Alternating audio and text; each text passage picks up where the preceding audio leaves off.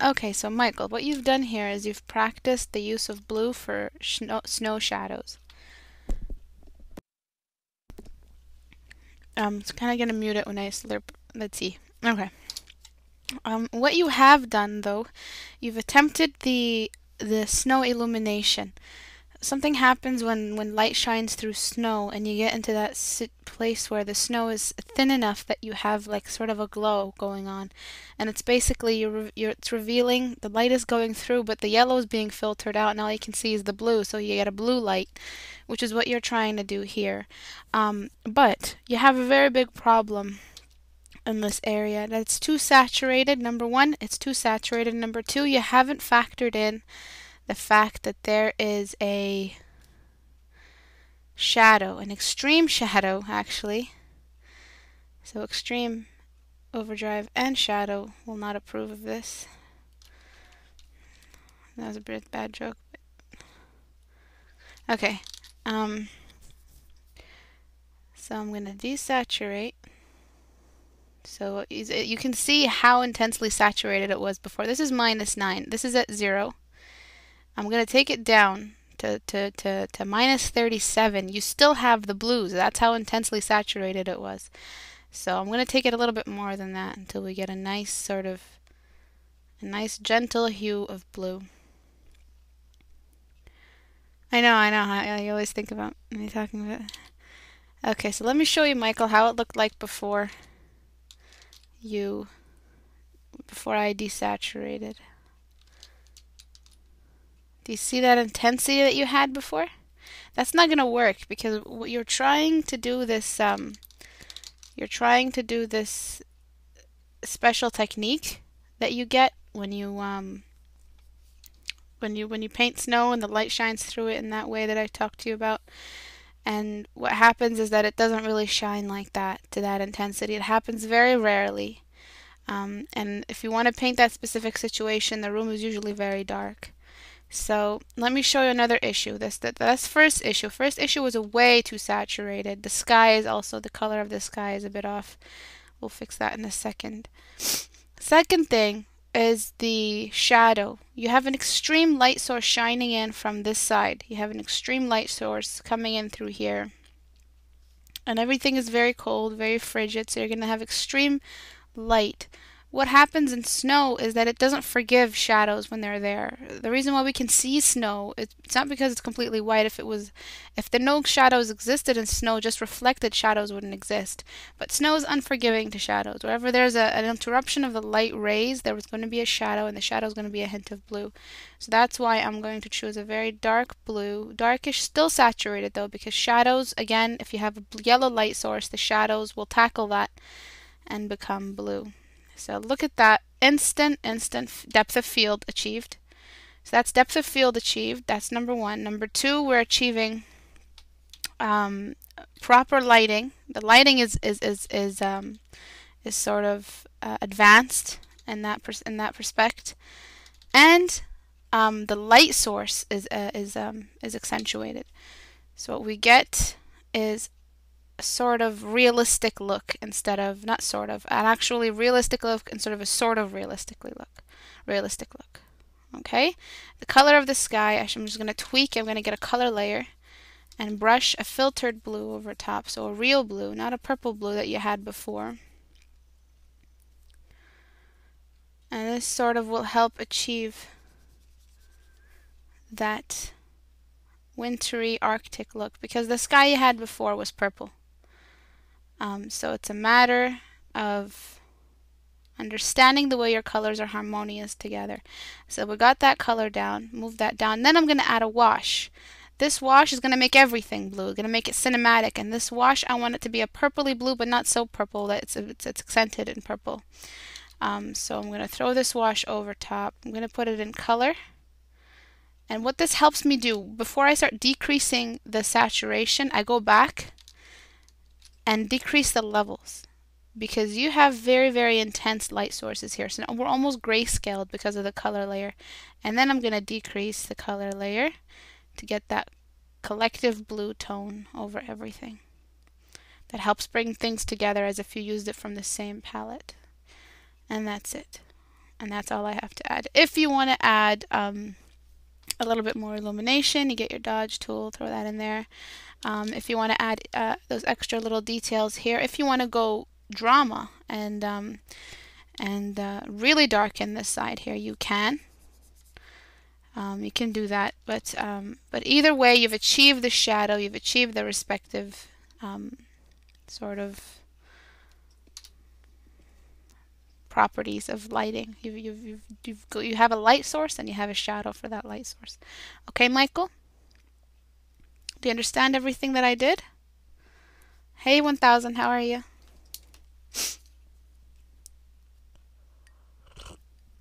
Sorry, I'll mute myself.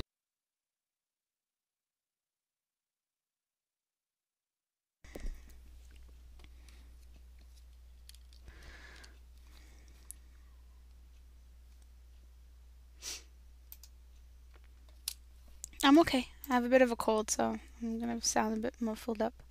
But Michael, do you know what I just did? Do you understand everything that I just did right here?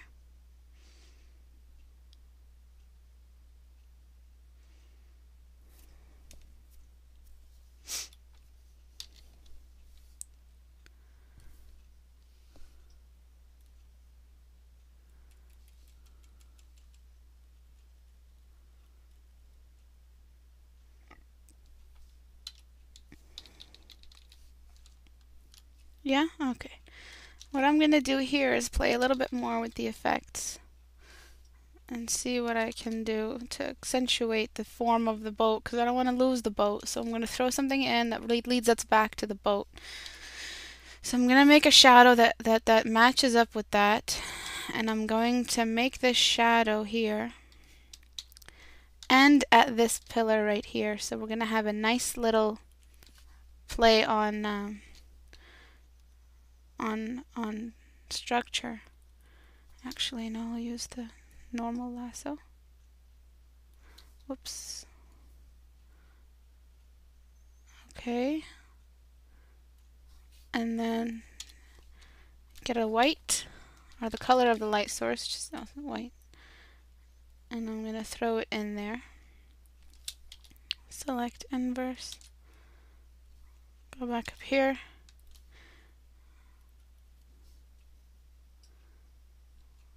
And just do that. Actually, I'll do it on a different layer. Okay. So what I've done here is I've continued the shadow. I'm going to blur it in a sec. It's not going to be this pronounced. And I've continued the shadow all the way over into this side. And then because there's a form interrupting it, I'm going to cause that form to bend. What that does is it gives more eye candy. It gives us more to look at when we're doing these kinds of compositions. So this interruption here is good to look at. It's fun to look at. Just take it from me. The more you have going on lighting wise, the more interesting. Remember that thing, Mattia, that we did with your paintings? Where we just created a shadow. That's all we did. We created a shadow, tweaked the colors a little bit, but we added a shadow. I wonder if I can find it. And it made everything completely different. It's just this interruption right here is very, very interesting to look like. And a pink line. Yes, the pink line, not so much in this, because there's not going to be a pink line in this, because there's no it's not organic, it's not natural, it's just completely metallic, so there's not going to be that much of a pink line. And it's not really a sunset, it's sort of like daytime, so there's not going to be much of a pink line right here. But Michael, try to use this little fun tool as much as possible in your work, okay? Yeah. No, I know, I understand. I was just saying maybe we could add a pink line to this too. Okay, so what I'm going to do now is blur all of this. Filter, blur, Gaussian blur. Okay, this before. Blur it to the point where you reach where you want it to reach, and then in the blur it as much as you need altogether, and then with the eraser, sharpen out the blur where it touches the object directly. So the shadow starts here, so this should be the sharpest area. And then get your eraser, really low opacity, and then erase some of that shadow. And then try to relocate that nice shadow you have there.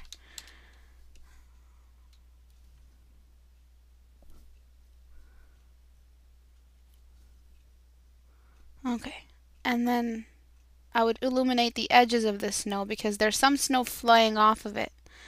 Some snow flying off the boat. So what I would do is not really draw like flowy things coming off because that's too cheesy.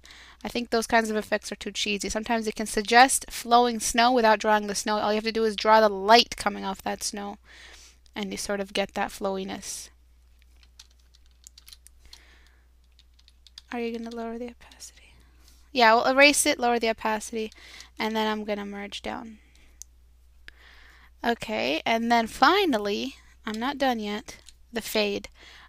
This is very cold air, so it's very empty. It's not very saturated. There's not much humidity, so there's not going to be much atmospheric fade. But what happens is there's going to be a minimal amount of atmospheric fade. And what this atmospheric fade causes, it doesn't really darken, but it illuminates because the snow is so intense, there's so much light. Light is in the way. So what we get is sort of a white version. Actually, let me stop using this brush and go on to a better brush. Sort of a light version of that snow peak in the distance. So you do have a little bit of atmospheric fade, but what we get is a little bit more. And it's a little bit less white, more of the blue tone that illuminates from the air. Yeah, it's very empty air. Remember, atmospheric fade happens when the atmosphere is very, very thick. If the atmosphere isn't thick, meaning isn't humid, it's very cold, it's not going to entertain that much between you and the object. So you're not going to have that much going on, but it's okay. But other than this, the picture is just beautiful. It's perfectly done. The form is good. Perspective is good.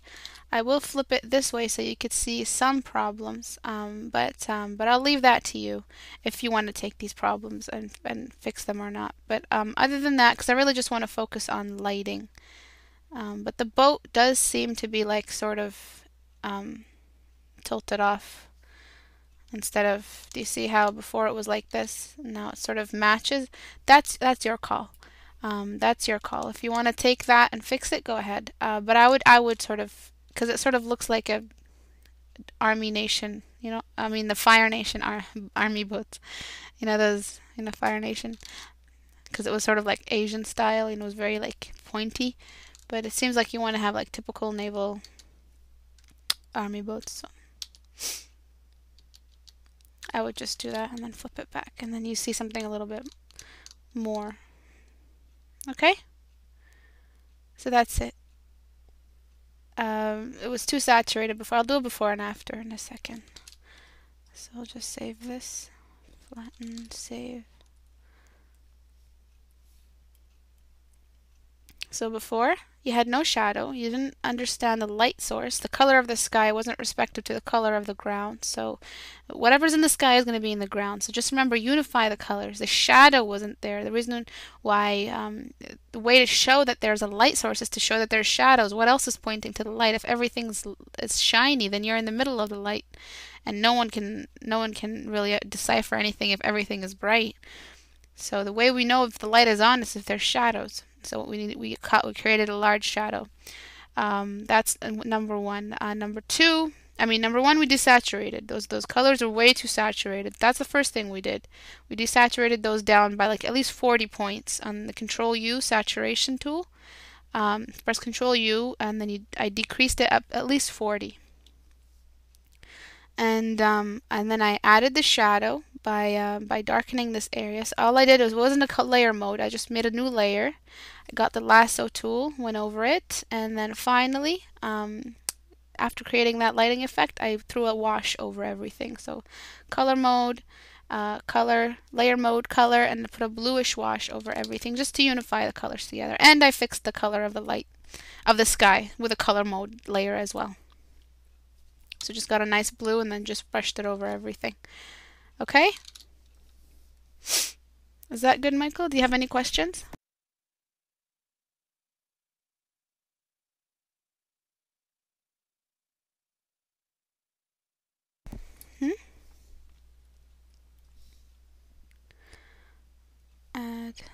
Etaniel Anis, if you want to send me your stuff, you can send it to me now. I just added you on.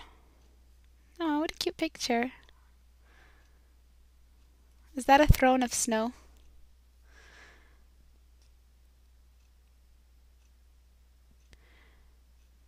And I made the snow glow? Oh, yes, yes, in the back, yes. You can't see anything, really? Yeah, that's what I wanted to ask. But no, I was struggling with the atmospheric fade. There won't be much, remember, because the sky is very clear. There won't be much atmospheric fade. It will only happen if the object is miles away. And that's the only time it'll happen. That's cute. I broke one too. I made one in front of my house and I broke it. Can you refresh, Shadow? Why can't you see anything? I'm sorry. I don't know if maybe my Procaster. I did that update. I think it's not good for girls to sit on snow. You won't be able to have babies later. What kind of pictures? Anything that you need help with. I'm open for anyone that needs help with. So I'm not really limiting it. Okay, and then now I'm gonna go into. So Michael, I'll send this back to you now. Make these tweaks, Michael. Don't leave your painting just like that because you worked hard on the textures. I didn't touch the textures. I didn't touch the details. You worked hard on this. So those tiny little mistakes shouldn't be limiting your style. They shouldn't be limiting anything. Wait a second. Actually, you might want to do one last thing, and that's illuminate a little bit down here. Just a touch. Okay, and then save. Oh. Cancel.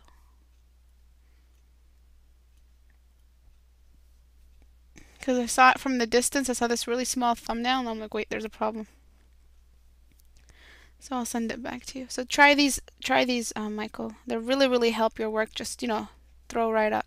Not throw right up, like just boost right up.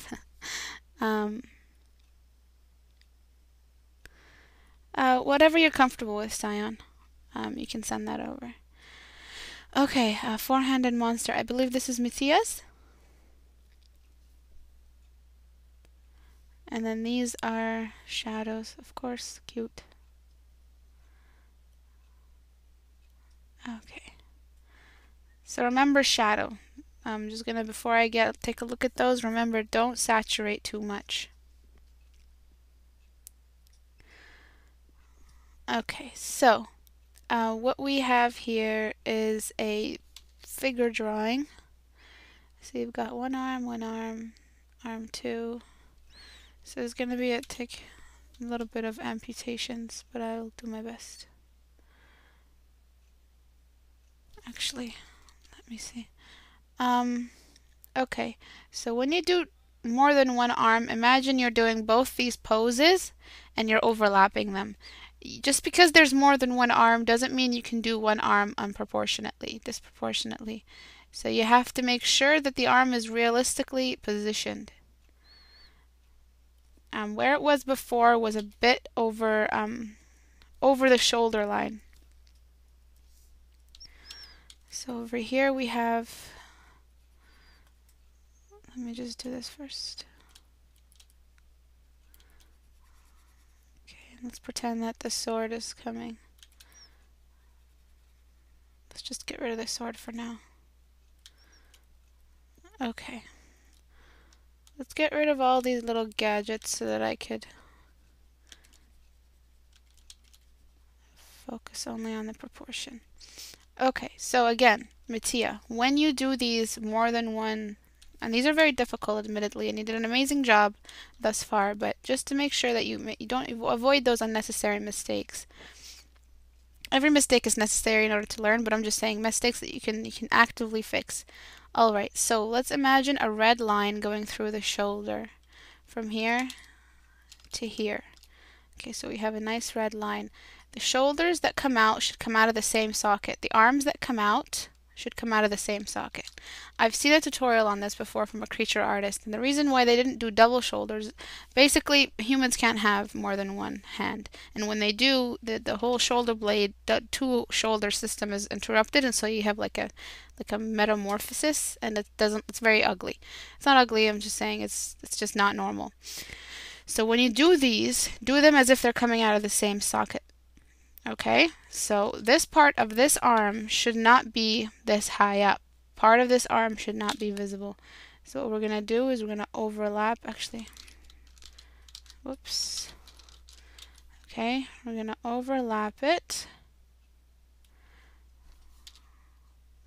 And then erase that part. One part should be behind the other.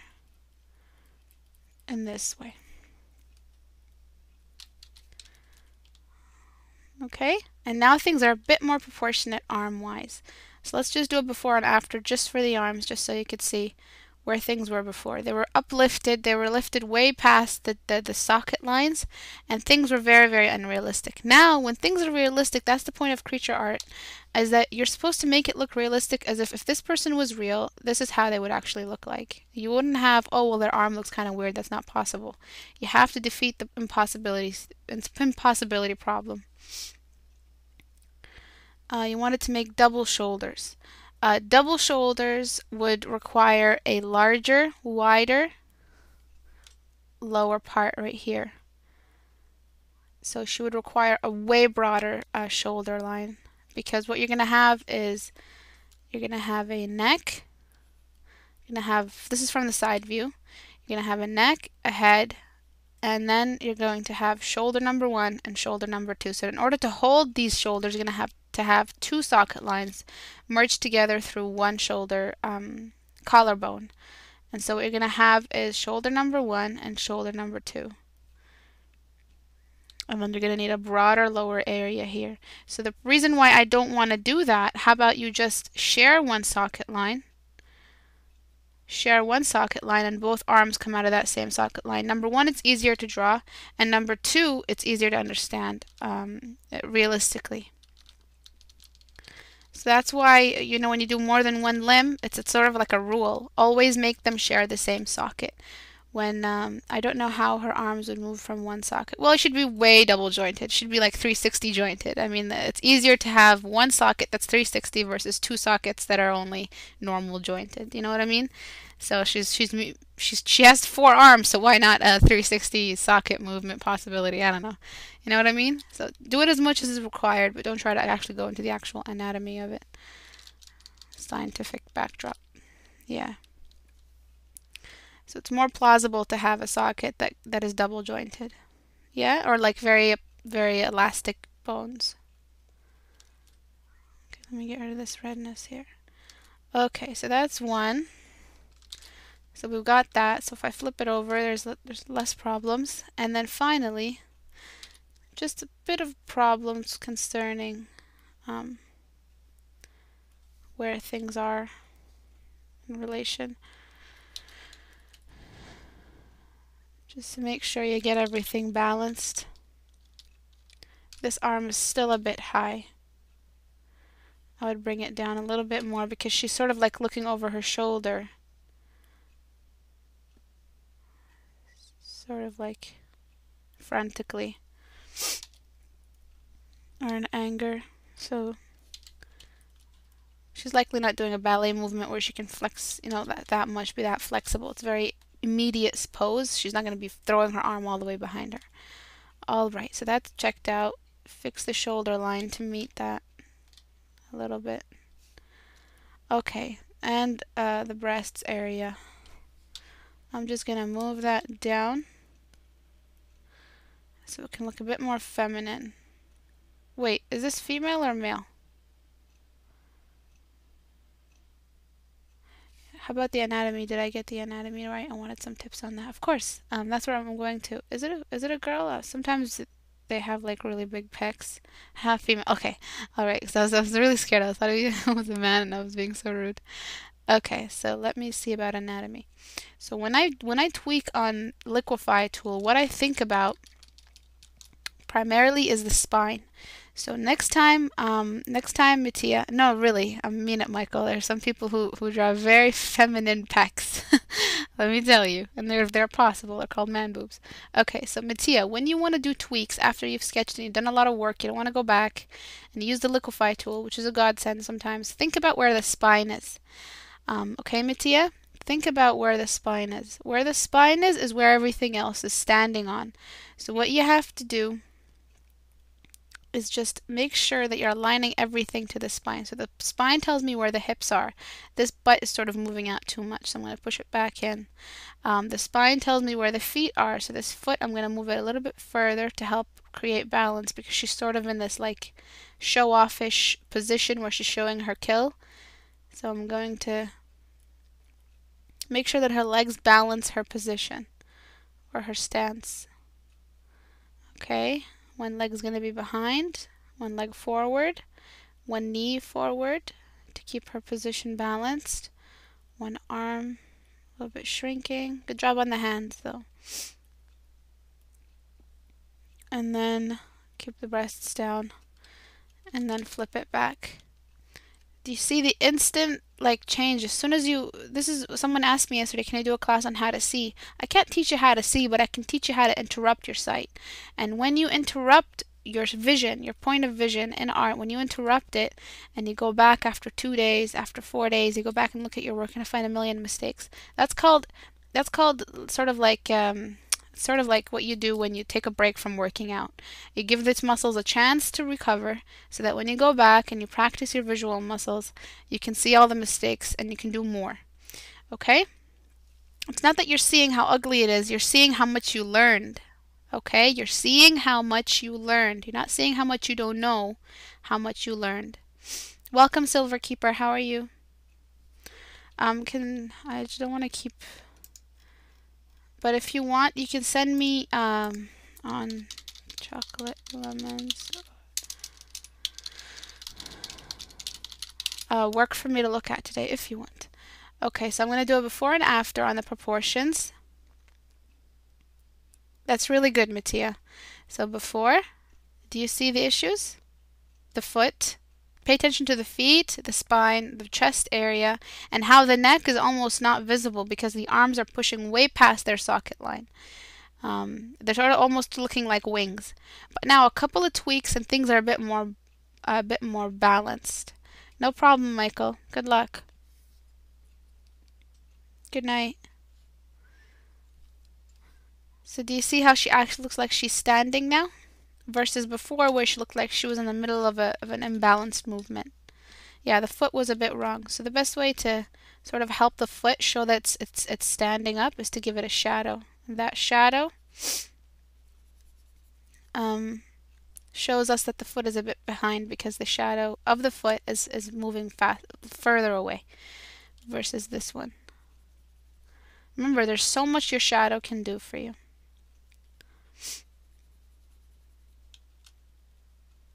Insert shadow lily. I'm joking. I'm joking. I kid. Okay. And then you can add in those little featurettes here of the sword and the stuff. Things are a bit more balanced. Neck-wise, now we have space to show that the neck is there. So what you can do is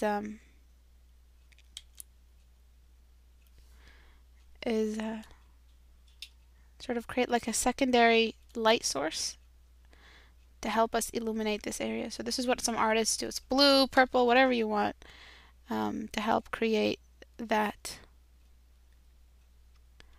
light source from behind. Okay? This is really helpful in creating that third dimension of form. A little bit over here and around the head shape.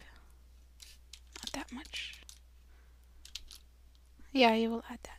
Okay, now that's done and I looked at everything. Now I'm going to give you a bit of sort of like a tiny lesson on how to start poses like these. Did you start with Tia, did you start with a base? Did you draw the line of the floor first or the head? So I'm just going to ask you yes or no questions, okay? Did you draw the head first? You started with a chest. Wrong. You're supposed to start with a floor. What this floor does for you is it makes you pay attention to the canvas that you're in. So what you're supposed to do is always understand that the head area that you start with, wherever it is, there's a crosshair, as I taught you guys before, and there's a canvas. This really, really helps balance those forms. Those comic artists, they have to draw tons and tons of different kinds of poses. So what you have to do is think like they do. They always have their canvas ready. They always have the canvas measured out. They always know where the floor is. You started like this. No, I'm talking about this sketch. So the best thing to do, Mattia, is to, number 1, find your base. Number 2, find your canvas. And number 3, find where the head is. Okay, and this is all sketching. Don't go into the details just yet. Don't even draw the head shape. Don't even draw the head, the eyes. Okay, and that's number 1. Second, this is this basic stuff. But before everything, try to visualize what it looks like. So when you do go in to sketch it, after you have your crosshair and your base and your canvas, try to think about what it looks like. So you can, in a very small thumbnail, do one large, little stroke of how you're gonna make it look. So she's probably gonna be crouching like that. Other arms are behind her. Not both of them have to be behind. One can be below, and this is where the direction is. Starting the head first, and then at the point where you know that you're gonna need a floor, at that point you can draw a tiny little, and then you can sort of go on with that. Draw a little bit more aggressive stance. And then at that point you have more of a liquid approach, a very loose-handed approach to the pose. If you don't do this, you get something that looks very, very stiff. I really don't want to see that sort of minor little tiny mistake in your work, because I really want to see the proportions come out that you work so hard at. And you guys do an amazing job with your details. I don't want you guys to miss out. So that's basically, I'm telling you, work more on the pre-production. Okay, Mattia, before you go into rendering, work more on the pre-production so it doesn't look stiff. Okay, and second, since you're going to have the sword here to sort of balance things out symmetrically, you don't have to have just draw the sword. You don't have to have the head over here. I recommend putting the head here, because then you have a storyline. It was hard to sort of figure out. She cut out his head until I looked at the sword. But what you can do is have the sword closest to the sword, as if she has recently cut it off and she's showing it off here. Okay? That works a little bit more than putting the head over here. Okay? Because these arms are not really important. Even if you have more than one arm, there's always going to be an arm set that is more important than the other one. So this one's going to be faded off, and this one's going to be faded off. These two are the main important ones, because this one holds the sword, this one holds the sword, and this one holds the head.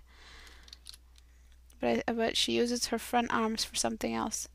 You can, if you want, put the head over here. You can. But for the storyline, because the canvas seems to be bigger on this side than on this side, so for the storyline you can have her holding the head down in this area and then crop it so that the character is a bit more visible. Do you see? You can do that. You can do whatever it is that you want to do with this, because it is your painting. It is basically your story. I mean, hey Sipra, how are you? But I'm saying just for the storyline, to show that there's direction. So when someone looks at it, they're going to look at her, they're going to look down at her shoulders, going to stop at her shoulders, and then going to see her forearms. And then they're going to see one arm has a direction, and the sword is pointing in this way. And then we're going to have Sword is pointing this way, and then we're going to have a head, and the head is cut off, and we're going to go back to her and her crazy face. We're going to say, oh my god, she's intense, and then the work is successful. Do you know what I mean? So you sort of have a successful approach to the design, and it sort of reads successfully. Okay, so you can create the epicness and horror that is this four-armed female. And a tiny little thing that a bunch of artists do, whatever leg is behind, they sort of gray it out. That really helps show which leg is in front, which leg is behind. You can try that little trick. Okay. And it's a bit too dark in the back. You have what I recommend for all character art, they sort of have a halo around them. You should do that instead of the bottom being the lightest. So you should really do that, because then we see more of her character. It was way too dark in the top.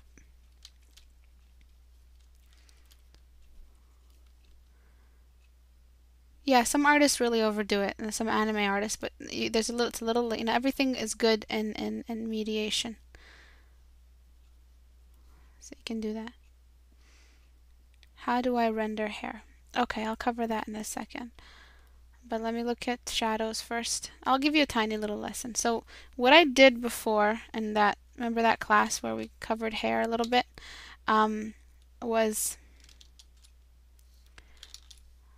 what I did before was I showed you how when you draw hair, you should always, number one, have a brush that helps you find a good structure for the way hair moves. Excuse me, I'm sorry. A good structure for the way hair moves. So I'm just going to get a big brush. So this is how you start hair, with a biggish brush. Second thing you do, you decrease your brush halfway through, probably half its size, and then you get the second color of the hair. So I'm working in grayscale here to try not to confuse you a little bit. And then I'm going to brush the second portions of the hair that I want illuminated. Okay. Gonna get the dark again, try to balance things out, keep my brush in the same size, adjust it just a tiny bit, just to make sure I don't lose parts of the hair. Then I'm going to decrease my brush another set smaller, half the previous size, not that small, and then I'm going to start brushing in areas that I want to show a little bit more, flyaway areas, areas I couldn't get with the large brush.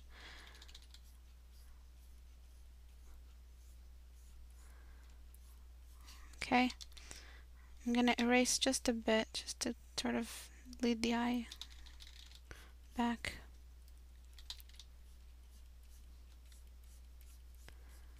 Okay, and then I'm going to decrease my brush one final time, and this will be the smallest time. You can go smaller, but it's really not important. As long as it looks good from far away, it doesn't matter about all those details. And then brush the light areas where they're supposed to. So over here, and over here where the light touches the hair. Not all the parts are going to be illuminated. And then get the black and also do that.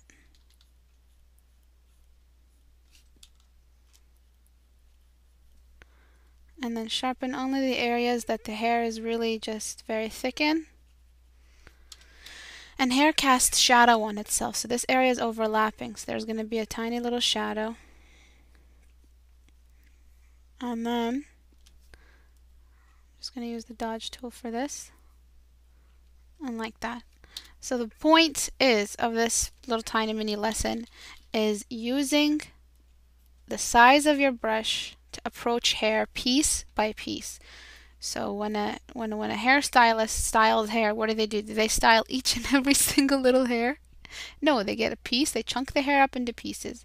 They approach each one separately, and each tiny little piece in those little pieces they approach separately. And that's how they curl hair or they design hair. It's all about dividing it up, approaching things through a set variation of it's a plan, and you approach it piece by piece. So you break it down. Everything is approachable by that. Building a car, building a building, doesn't matter. Everything can be approached by minimalizing it. Okay, so this is just a couple seconds. Imagine what you can do in a couple hours. You know, you can really make the hair very, very convincing. It's all about breaking it down. Okay? And then just getting small, really small brush and showing where the flyaways are. And if there's light behind the person's hair, some of those hairs are going to be lit so much that they show as white. Okay? So does everyone get this? Does everyone see how I did that?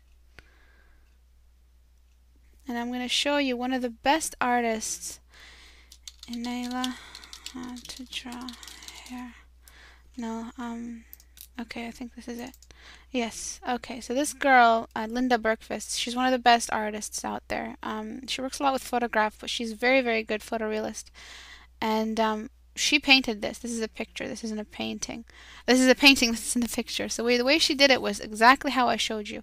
She had a chunk, big, large brush, then took it down into pieces and smaller until she started decreasing her brush intensely. And then she used the sharpen tool to sort of get into those brushes. And then what she did right when she started off, this is sort of shrunken down, but what she started off with was she found out where she wanted to put. So let's say you have a head and you want to draw hair on it. You have to first, so this is a head, okay, and you want to draw hair on that head. Okay, so let's find out where the chunk of the hair is. Let's say the chunk of the hair is going to be here and here and here. Okay, so we have a big chunk and we want to color that all in, and she has very, very dark hair. Okay, so what we do right when we start off is find out the direction that it's going in. So it's not just a matter of decreasing your brush smaller as you go. It's not just about this technique, but it's also about knowing the direction that you use this technique in. So what she did in the other tutorial was she drew arrows. Literally, she drew arrows on the piece. She kept using arrows. So she didn't erase those arrows. She kept those arrows where she wanted them to go. And so wherever she used this small to big technique, big to small technique, that's where she used it in that area that she drew the arrows for herself. So 2 things that I can tell you on how to draw hair. Use big to small brush. Make sure that you're using the big to small brush in the right areas. So big brush uses for big chunks of color. Small brush, the smaller it goes, the more color it represents. Small flyaway hairs, illuminated hairs, it doesn't really matter. And second big thing is that know the direction that the hair is moving in. So if you want to work on this, you know that the hair is moving down. So that's the direction that you're going to be using the small to big technique in. And try to make it varied, make it interesting. You know, this part could be moving, I know this whole chunk is moving down, but parts of this chunk could be moving this way, another part could be moving this way, another part could be moving this way, and then this way, and follow that technique down. So that way hair is more believable. And that's what I mean when I say loose, you know, try to keep things a little bit more loose. This hair is a bit sort of positioned very neatly, almost she went to a salon. You know, a creature this intense is not going to have that kind of hair, so I don't suggest not neat hair. She's going to have that kind of hair, but not that neat. So what you could do is sort of really just mess it up. Give her some braids. Give her some. Don't just give her any hair that your mom or your sister has, but give her some intense braiding. You know, like intense detailing, but not really intense that it takes you forever. But something like that matches her wildness. Maybe she has 2 braids on either side and they're going nuts, or she has 4 braids, sort of like moving with her. So she's sort of like swinging to the side. She's swinging this way, so the hair is going to be here while she's swinging this way, showing off her kill. So I could recommend that for you. You can add in braids. It seems more, she reminds me of a centaur for some reason, so you could add that. Or you could give her like a big chunk of hair up here to show that she still sort of keeps her hair, but she's still a killer. Just a ton, not just a little bit, no, not like blow dried with like hairspray, but like intense, intensely messy, sort of what I mean.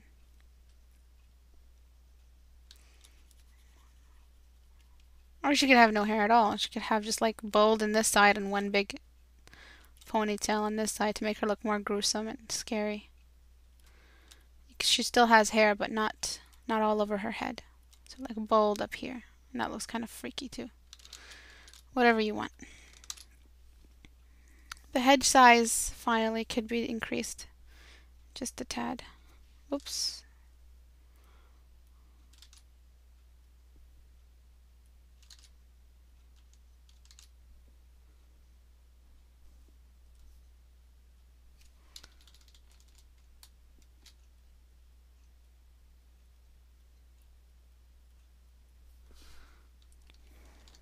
Before it was a bit too small, as you can see. Do you see that, Mattia? Now she looks like she's matching the chest that she had before, because the breasts you had before were a bit too... I think what you do, Mattia, is you draw the head, or you draw the chest. You said you draw the chest, and then you draw the head. So what you should do is you should draw the head first. After you draw the ground and the canvas, of course, and then figure out where you want to put the head after you do your thumbnail. And then after you draw the size of the head should determine how big the body is. So 8 sizes long and 8 heads long and 2 heads wide is how the body should be divided. So it shouldn't be like 3 heads wide, because then their head is too small. Okay? You shouldn't be able to fit 3 heads in your chest. You should be able to fit only 2. Not the chest cavity, but size-wise, width-wise. How many heads wide? 2 heads, I believe. 2. There's some areas that have 3, but that's a different way to draw it. As far as I'm concerned, I usually make it 2 heads wide. That way the head sort of matches.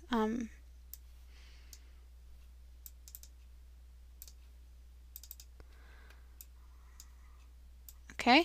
I'm really proud of you, Mattia, though. You're really taking on professional industry level concept art styles. You're really taking on the difficult stuff like, intense pros take on, and you're going to get to a point soon, maybe even by July, where you don't make these tiny little issues anymore with your work, and you're really just you're really giving yourself a chance to show what you can do with these details, because you're very good at details. You sometimes do details before you even do anything else.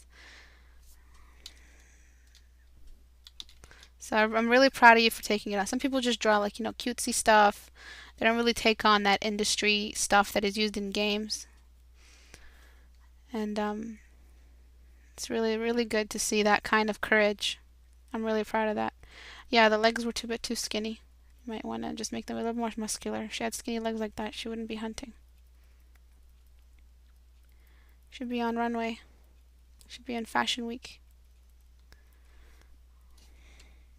Okay, so before, after. Do you see, Mattia? Before, after, before, after. And I'm going to do a before and after now. So do you guys get what I meant with the whole hair thing? Did you guys get that? Small to big, big to small, and directions. So use arrows and make your brush smaller as you go along. Don't go nuts using a tiny little brush first. If you use a tiny brush first, you're not going to be successful in drawing the hair. Okay? So I'm gonna flatten this, discard, save, and I'm gonna do a before and after. Before was too dark, the canvas was sort of too wide. Remember, character art should always have a long canvas. It shouldn't have a half-wide canvas. It shouldn't have a square canvas. If you're gonna do a full body character, you're gonna need a full body canvas. And then after now, things are more concentrated. Things were a bit too dark before, after we talked about proportion. Things were a bit too dark. Illuminate it a little bit. Make it seem like there's a light source on her, trying to illuminate her. You are showing off your character. You're showcasing your character.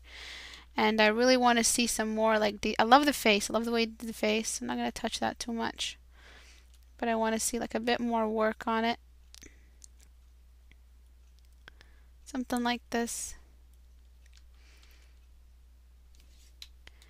Just to show. You can even go with it and just give her some armpit hair. I don't think she'd be keeping her armpits shaven or waxed. I really like those kinds of tiny little details that some artists do. It really means a lot to see that they even think about the kind of way these people live. So this shoulder is sort of being shared, so what we have to do is show like a tiny little bump in muscle. And we'll show that. You know, I wouldn't even put this arm up here like I said before. You can have the arm down here or up here. But it's your choice. The arm still looks off to me. And finally, use a brush that's textured, Mattia. Don't use a brush. Use a brush like this one. Don't use a brush that'll give you that smoother finish that early. You're not going to find any use in that brush without a she's kind of like a goddess. Oh, okay. So she's got like little nymphs waxing her and plucking her eyebrows. Okay, now for shadows. Oh, you can't. You work with textured brushes? It's okay. You can shrink them and then increase the size of your picture later. Some people do that. They have the canvas small in the beginning, like 1000 by 1000 or 600 by 600, and then they increase the size. Photoshop now, when it increases sizes, it adds what's it called? Resolution now. It's very smart. Okay, so you have some couple of dragons frolicking. So we're gonna have a partial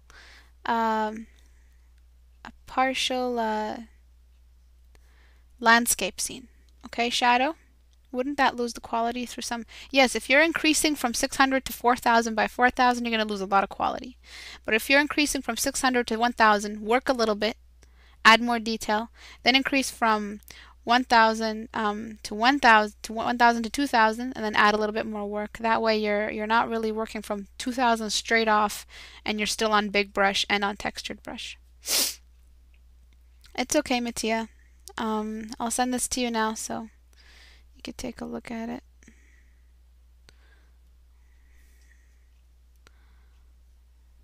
Sorry. Sometimes I'm confused. Here you go. Okay, and then I don't want to forget scions.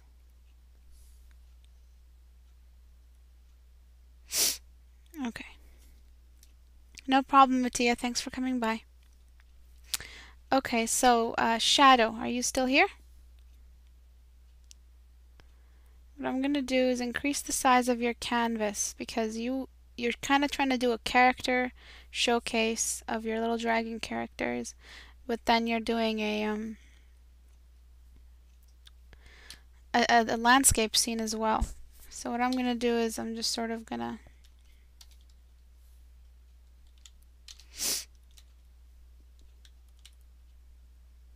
okay, select inverse. Give it that color. Okay.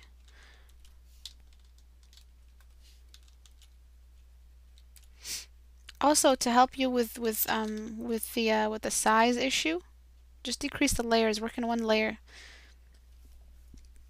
Makes the file less large, so it doesn't take up as much CPU.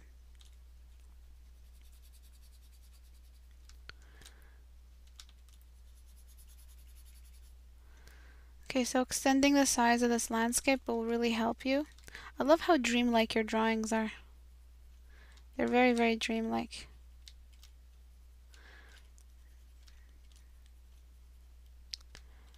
Okay. I don't know if shadow is still here though. And then you have a light source moving in from this direction, so you're going to have some shadows. Everything is going to cast a shadow. So you need a couple of shadows here. And then one large shadow. Oh, I think it just shut off for her. I'll keep doing it for her in case she watches the rerun. And then one large shadow for the big shell type thing in the background. And then finally decrease the saturation. I would decrease it all the way here and then try to figure out what colors I want, because the color you had before, it was very dreamlike, but it was very, very saturated, and the color is very strange color. This color doesn't come up a lot. It comes in between shadows and lights. It comes in hair. It doesn't come in like a complete landscape. But if this is not like a green landscape. If it is like a yellow sort of surreal landscape, then it works. Then I don't really mind this color. But if you want to go for like green and blue sky, something believable, something more like Dragon Ball Z, because Dragon Ball Z did all these phenomenal things, but what they always had was a green sky, a green earth, and a blue sky. They always had that, and that sort of helped us believe the level of supernatural stuff that was happening in that show. A lot of shows try to keep some principles of realism while breaking others. You can go ahead with that, but that's all I have to add for this. The feeling, I don't really want to break that dreamlike feeling. It's sort of like a dream kind of thing, something that you'd see in your dream. It's very, very, even the amount of light that you had in there. But I would recommend, just some light source stuff, just to help the scene get along. Okay? So if you're watching the rerun, yeah, if you go too far in strangers, people kind of associate with it and not believe it if they don't have a vast imagination. Thank you, Cyan. You said it perfectly. Yes, some people don't have the capacity to keep up with you, to keep up with your level of imagination. So you might want to break it. Some people welcome that level of imagination. Usually those people like to read because they like to, use their imagination skills. But if it doesn't look real enough, they're gonna say, is it an orange world? Is it a different planet? Some people accept that, some people don't. So it's up to you where you want to take all this. Even Namek, when they went to Namek in Dragon Ball Z, there was green and blue skies, or something like that, something a little close to that. Okay? Yes. And then here, kind of looks like those Indian drawings of the gods. So if it is an angel, I'm going to desaturate it because you are going for a realistic landscape. Alright, what you did here was the opposite. You made the background black and the foreground light because I decreased it, and now I've discovered the values. When you make things, wow, this is big. When you make things into grayscale, you sort of see how they looked. How they look in value. You find, it's like digging underground and finding a bunch of values. So we took out all the color, we took out all the dirt, and we dug underneath and found the basic skeletal structure of all the colors in this drawing. And the colors in the background were darker than the colors in the foreground. Whenever you have trouble with colors, desaturate for a couple seconds with Control U, and you're going to see that all the mistakes are fixed. After, of course, you understand. You're going to see that all the areas what you need to fix. Okay? And then merge that down. And this guy is supposed to be darker because he's standing in front of the light. He's going to have a silhouette. And instantly we have that angelic look because he is illuminated from behind. And a little bit more light from behind, just directly behind him. Because that's how angels are usually displayed. And to add to the sense of mystery, you could have a portion of his hair cover his face a little bit, not to make it so visible, so give him some sort of shadowed feature. Shadow his eyes. Remember, when you want to create masculine looking, handsome looking character, don't work too much on the eyes. Give the eyes a sense of mystery, cloud them up. Don't make them too large, but just large enough that it creates that suggestive baby quality, but not so much. Beautiful job on the face though. You've really learned a lot with face's shadow. Give him a bit more chisel here. A bigger shadow. You might want to move his lips down just a notch, because they were sort of moved a bit up.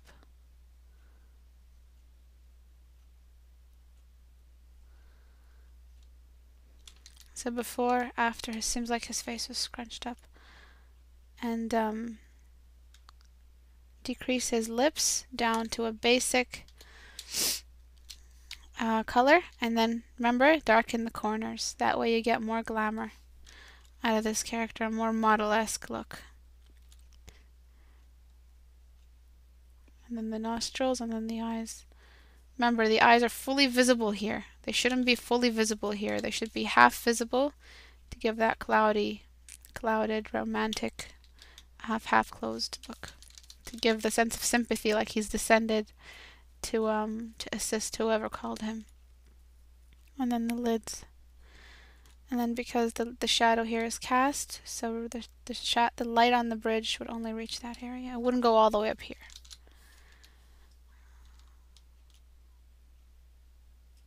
Fix from behind.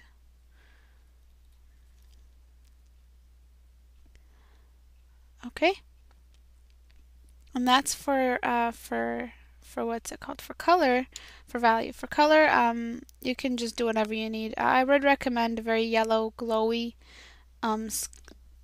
light color, and very blue sky, and then soft greens for everything. But I'm going to leave the colors to you. But I've basically grayscaled it, and if you do end up seeing this, you'll know that if all you have to do is just add a color layer, a color layer mode, whatever, and add in the colors that you need.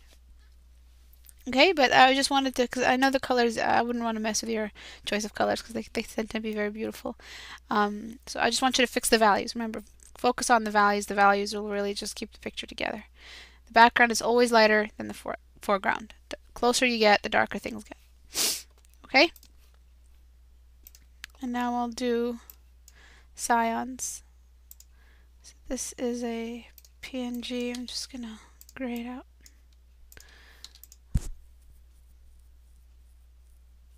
Okay.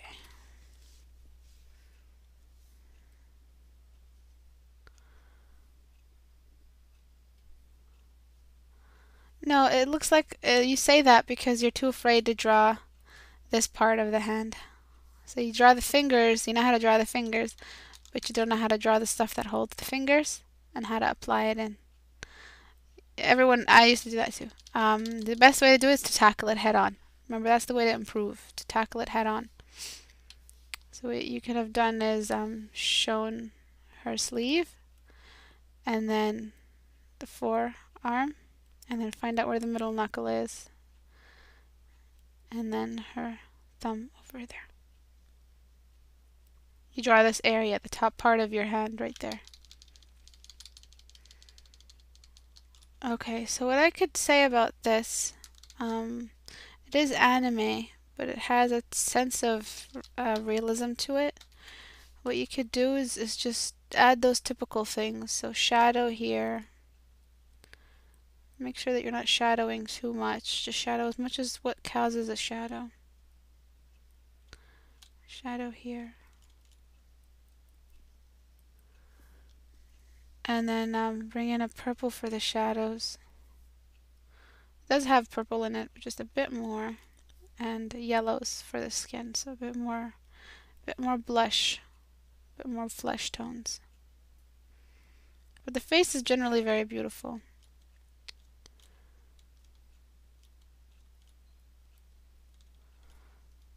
You can add in those extra little fun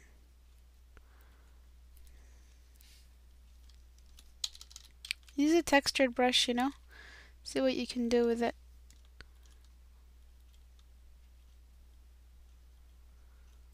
And don't let the sleeve fly off the side like that, because it's gonna make the eye move to the side and it's not gonna really focus.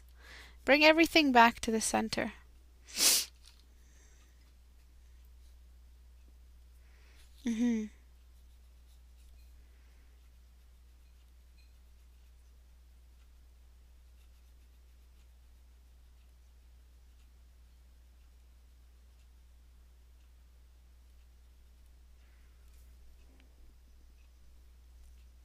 Did it throw off to the side over here? Because you're working on such a sort of short amount of space, you might want to just center things back to the middle of the canvas, because it is sort of a character study.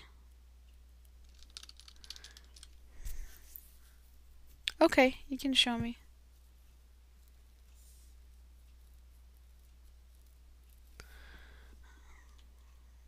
And try to give a bit more shadow.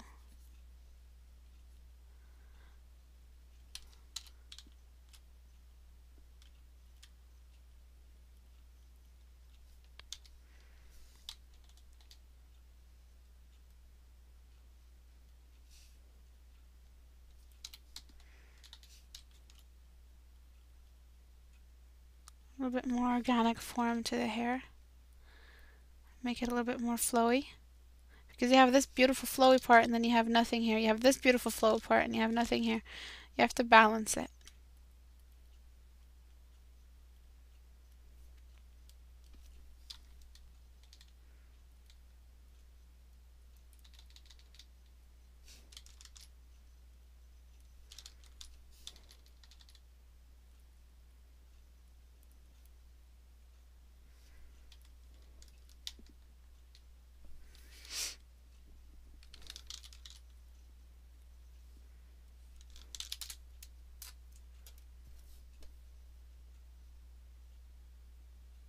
Oh, okay.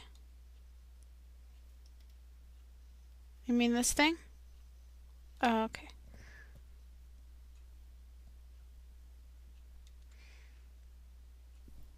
Okay. So it's not really a proportion. So here you have to you can see everything, but if you have a small little canvas like this, you shouldn't let the sleeve go all the way. It'll just interrupt people.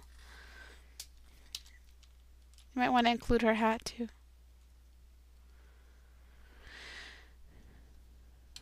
And flip it sideways and you see like a couple of mistakes here and there that you could fix.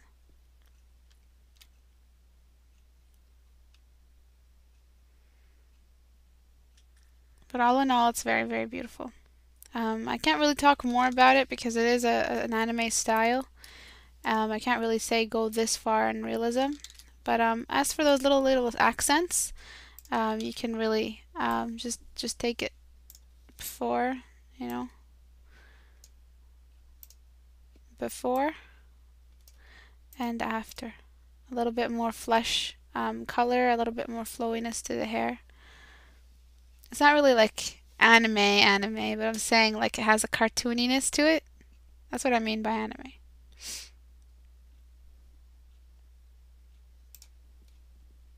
Okay, so it's just those little accents that I added on. So before, sort of throw off her sleeve is throwing off the eye direction. So cut that off, center her to the canvas, fix her hair a little bit. I mean, like cut off the area of the hair and add flowiness to either side of the hair. Even if the wind was blowing only in one direction, you still have a little bit of hair on one side. And I think it's very nice. I'll send it back to you so you could sort of work from it.